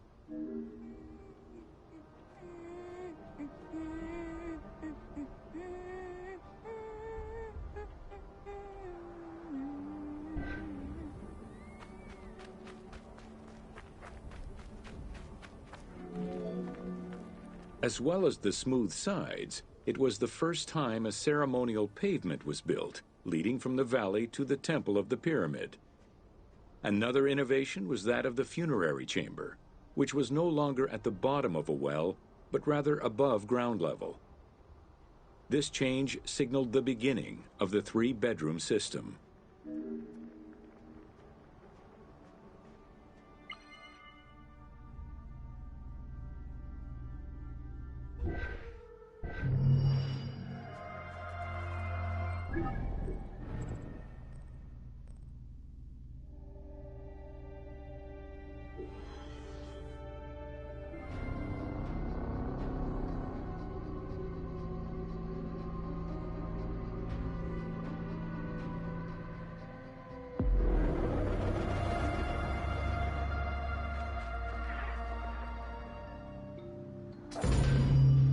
Welcome to the Bent Pyramid.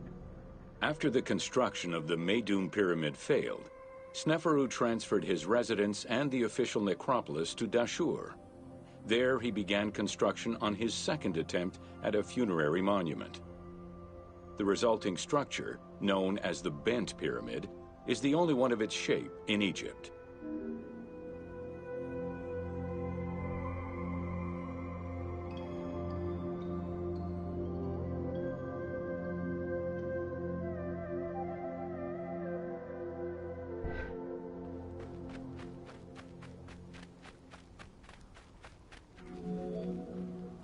Though the pyramid also proved unstable and was abandoned,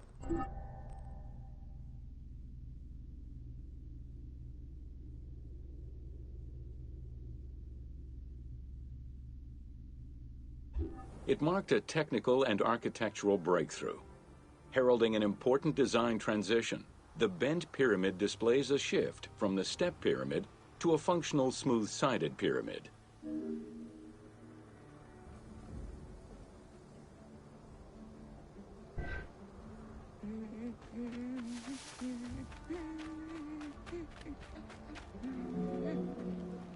The bent pyramid was unique in having two separate entrances, one on the northern face and another on the western face. The chamber of this pyramid was too small for a human burial. It was probably meant for the burial of a statue designated to house the Ka, the vital spirit of the deceased king.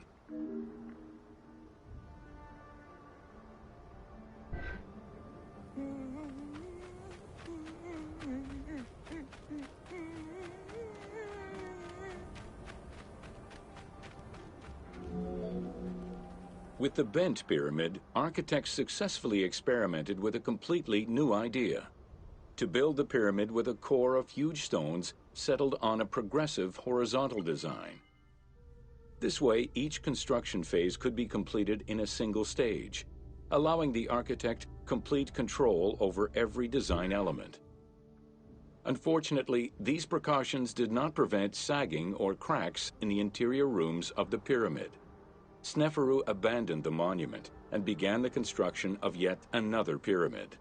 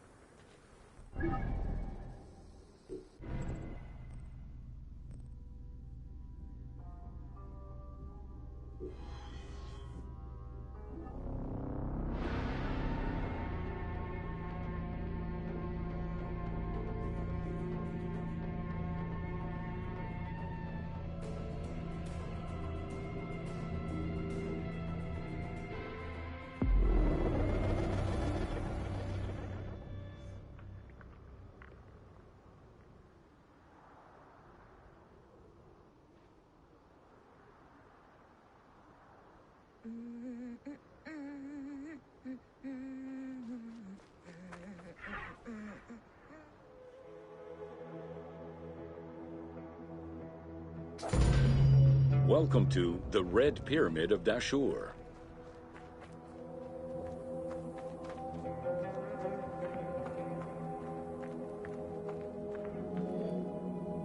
The Red Pyramid was built 2 kilometers to the north of the Bent Pyramid.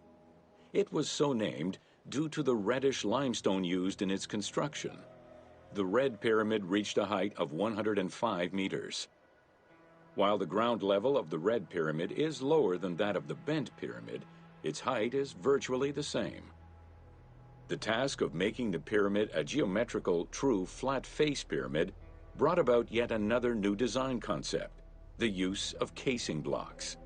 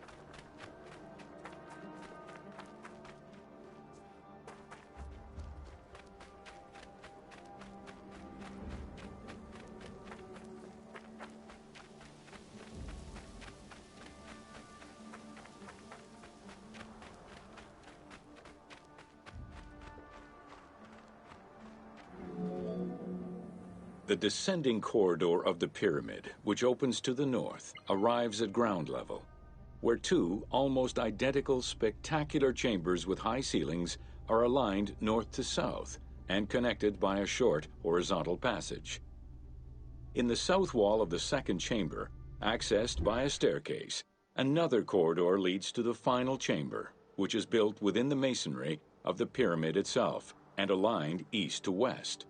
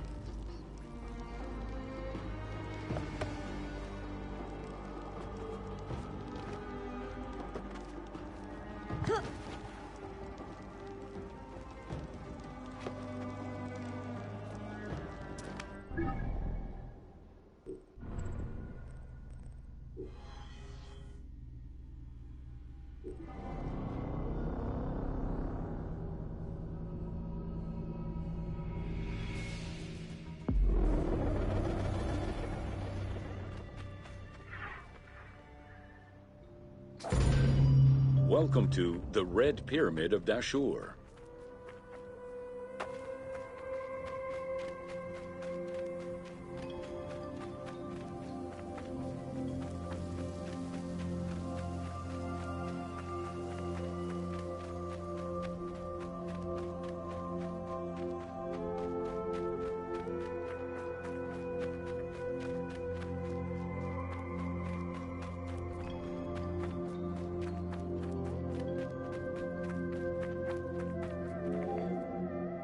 The annexes of the Red Pyramid consist of a small funerary temple located to the east.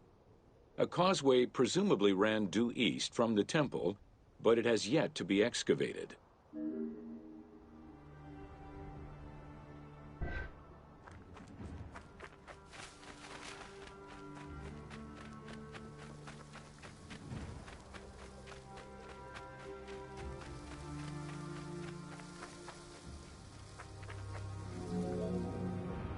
The Red Pyramid was structurally sound, and once finished, marked a remarkable design milestone. Finally successful in his attempts to build himself a suitable funerary monument, Sneferu knew his future beyond death was assured.